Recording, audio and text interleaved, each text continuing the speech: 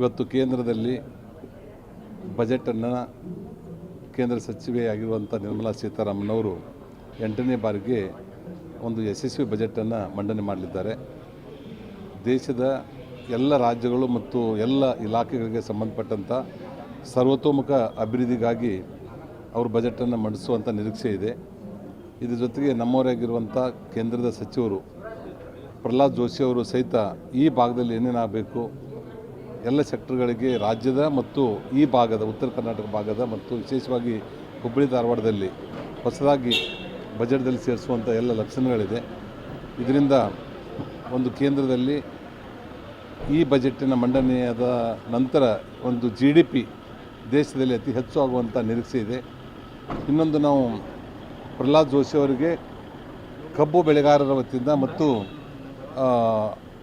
ಕಬ್ಬಿನ ಕಾರ್ಖಾನೆಯವರ ಹಾಗೂ ಬ್ಯಾಂಕ್ಗಳ ಪರವಾಗಿ ಅಭಿನಂದನೆ ಸಲ್ಲಿಸಬೇಕಾಗುತ್ತೆ. ಪ್ರಹ್ಲಾದ್ ಜೋಶಿ ಅವರು ಕಳೆದ 5 ವರ್ಷಗಳಿಂದ ರೈತರ FRP ಬೆಲೆಯನ್ನು ಕಬ್ಬಿನ ಬೆಲೆಯನ್ನು ಹೆಚ್ಚಳವನ್ನಾಗಿ ಮಾಡಿದರು.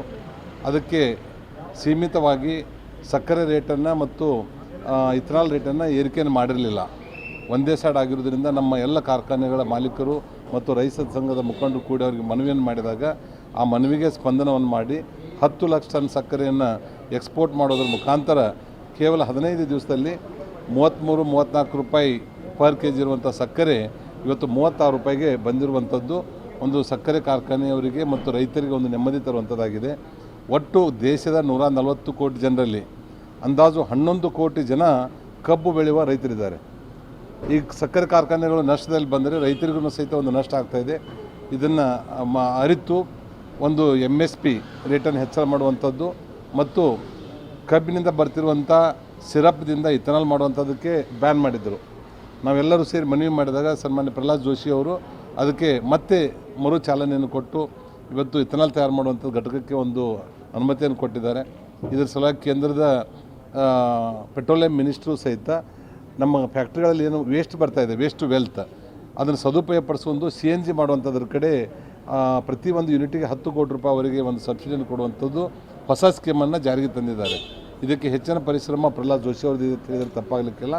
ಒಟ್ಟಾರೆ ಬರುವಂಥ 10 ವರ್ಷಗಳ ಅವಧಿಯಲ್ಲಿ ಇವತ್ತಿನ ಯಾವುದೇ ಡೀಸೆಲ್ ಮತ್ತು ಪೆಟ್ರೋಲ್ಗಳ ಎಂಜಿನ್ಗಳು ಇರೋದಿಲ್ಲ. ಇವತ್ತು ನಾನು ಹೇಳ್ತಾ ಇರುವಂಥದ್ದು ನಮ್ಮದೇ ಇರ್ಬೋದು, ಬರುವಂಥ ದಿವಸಗಳಲ್ಲಿ ನಮ್ಮದೇ ಆಗಿರುವಂಥ ಇಥನಾಲ್ ಮತ್ತು CNG ಇಲೆಕ್ಟ್ರಿಕಲ್ ವೆಹಿಕಲ್ಲು ಈ ದೇಶದಲ್ಲಿ ಇರ್ತಾಯಿದೆ ಅನ್ನುವಂಥದ್ದನ್ನು ನಾವು ಹೆಮ್ಮೆಯಿಂದ ಹೇಳ್ಬೋದು.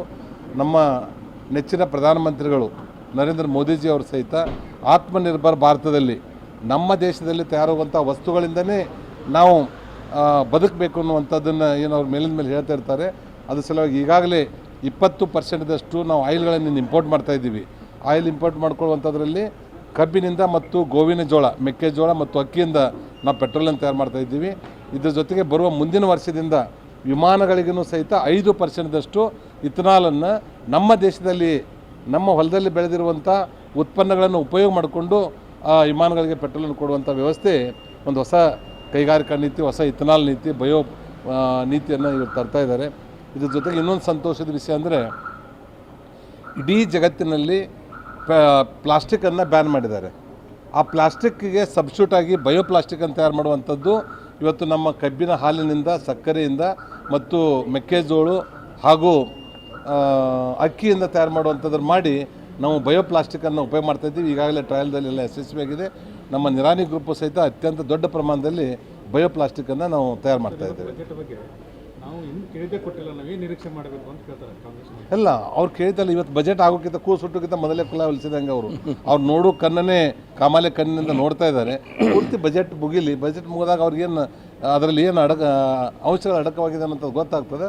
ಅವಾಗ ಅವ್ರು ಮಾತಾಡಿದ್ರೆ ನಡೀತದೆ. ಈಗ ಪಕ್ಷದ ವಿಚಾರಕ್ಕೆ ಬಂದಾಗ ಸಾಕಷ್ಟು ಬೆಳವಣಿಗೆಗಳಾಗ್ತಾಯಿದ್ದಾವೆ ಮತ್ತು ತೆರೆ ಬೀಳೋ ಲಕ್ಷಣ ಕಾಣ್ತಾ ಇಲ್ಲ. ನೋಡಿ, ಭಾರತೀಯ ಜನತಾ ಪಾರ್ಟಿ ರಾಜ್ಯ BJPಯಲ್ಲಿ ಸ್ವಲ್ಪ ಗೊಂದಲ ಇರುವಂಥದ್ದು ಸತ್ಯ. ಇವತ್ತು ಅವೆರಡೂಗಳನ್ನು ನಮ್ಮ ರಾಷ್ಟ್ರೀಯ ನಾಯಕರು ಮತ್ತು ಪರಿವಾರ ಹಿರಿಯರು ಅತಿ ಸೂಕ್ಷ್ಮವಾಗಿ ಗಮನಿಸಿದ್ದಾರೆ.